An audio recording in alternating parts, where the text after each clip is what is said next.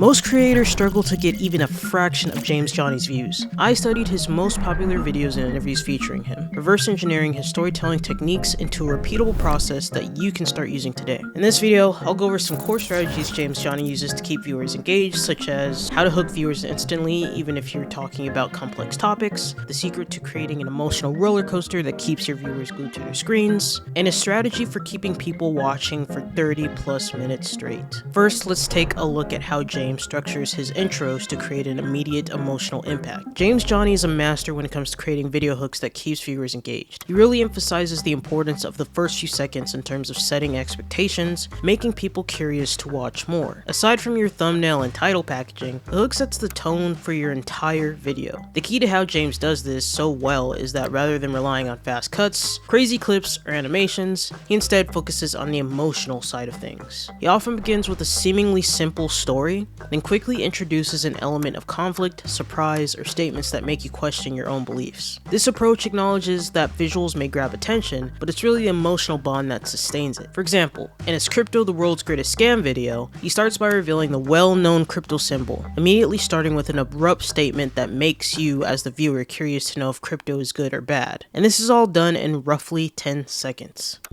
What you're looking at, depending on who you ask, is either a revolution for the internet and countless industries as we know it, like in all seriousness, I compare it to the internet, or the greatest Ponzi scheme in human history. In the same video, he does something similar by establishing another interesting hook that takes viewers back in time. 2008. That's where this really begins. Apple shares are just getting hammered this morning. We're down by between 3 and 4.5% generally. The United States is going through a recession it hasn't seen since the Great Depression.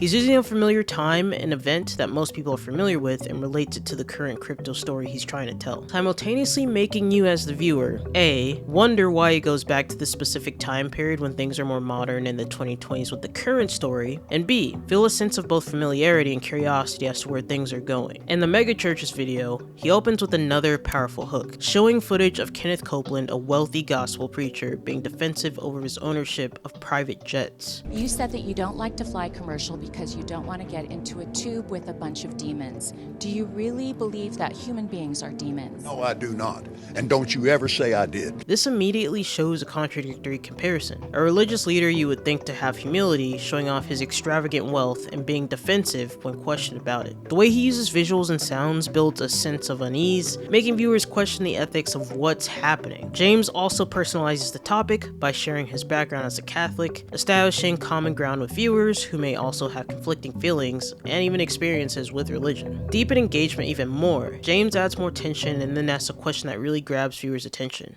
This is a preacher that is supposedly worth hundreds of millions of dollars with an enormous following, and you're telling me that he is just one of many.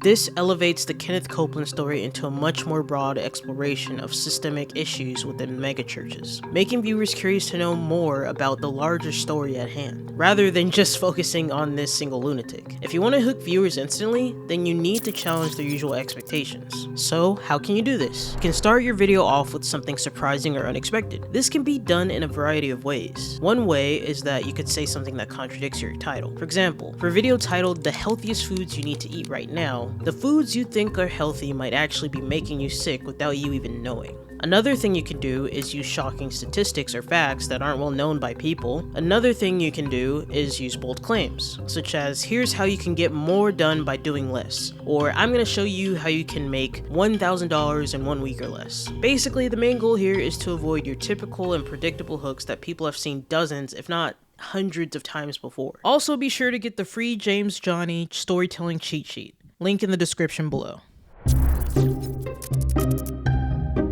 Think of emotions as our brain's notification system. Facts inform us, but emotions influence us to remember and share. When viewers feel emotionally invested in what they're watching, they're not just passive viewers. They become active fans, sharing content and connecting more deeply. And if you're able to master this technique, your viewer drop-off rates will decrease and the number of people watching will increase. By tapping into emotions of curiosity, surprise or discomfort, James crafts interesting narratives that viewers can't help but follow. For example, he'll use personal stories, relatable scenarios, or relevant events that most people know of to draw viewers in. This clip shows how a seemingly innocent play-to-earn game in the crypto space can actually be predatory and exploit its users. Axie Infinity was what you would call a play-to-earn game. It was this new genre of games appearing in the Web3 space, which, as the name suggests, allows players to make money when they play the game. In the case of Axie Infinity, what you had was this game where people would breed, collect, and fight with these creatures called Axies. When battling inside the game, it was possible to earn this token called SLP, which could actually be traded for real money.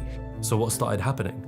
Well, people started playing the game, but instead of focusing on the fun of the game, the focus became on how to earn more SLP. How do we profit from Axie Infinity? The most expensive Axie ever sold was worth about $800,000. I've invested $13,232.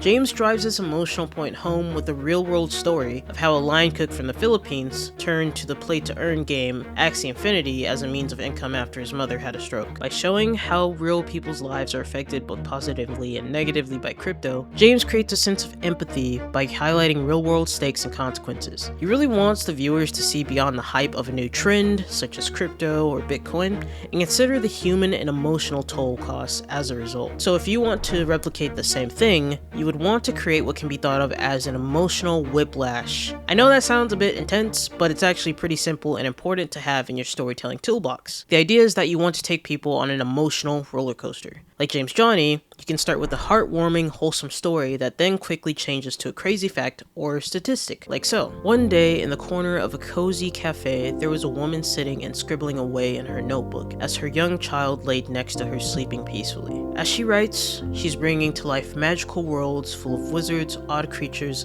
magic, stories that millions would come to love. But as soon as she gets home from the cafe, she's filled with sadness as she sits alone in her near-empty apartment. J.K. Rowling has just received her 12th rejection letter from a book publisher in the mail. She can't afford her bills, her depression is overwhelming her, wondering if she'll ever be able to escape poverty as a single mother. And eventually, she finds a way to make the Harry Potter book series work, and the rest is history. Doing this will ensure your viewers want to know more without knowing what to expect next.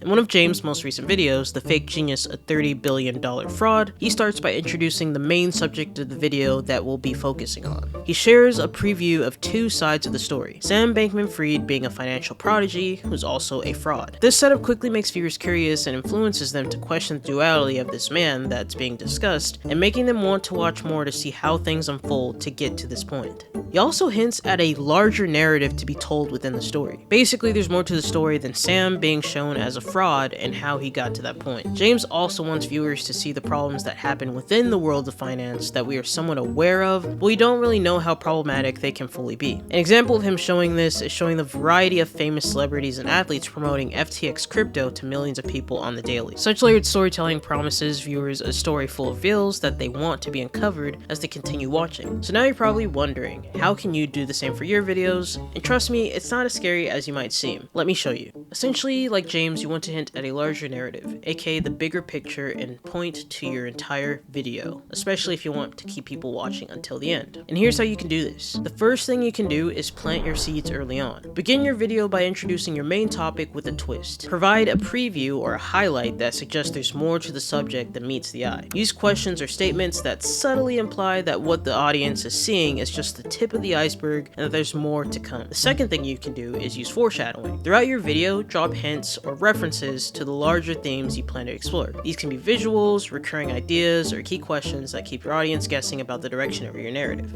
I mean, that's what movies do so successfully, and that's what keeps us watching for at least 1.5 to 2 hours. The third thing you can do is create a sense of journey. Frame your video as an adventure or exploration for the viewer to go on. For example, you could use chapter-based storytelling, where each segment builds a piece of the puzzle, leading viewers to anticipate the final reveal or conclusion. This creates curiosity that will carry viewers through your entire video, and they'll want to stick around to see how all these pieces fit together. Now that you know how you can keep viewers watching like James Jani, you'll also want to know how you can improve your video retention with setups and payoffs. In this video, we'll show you how to do exactly that.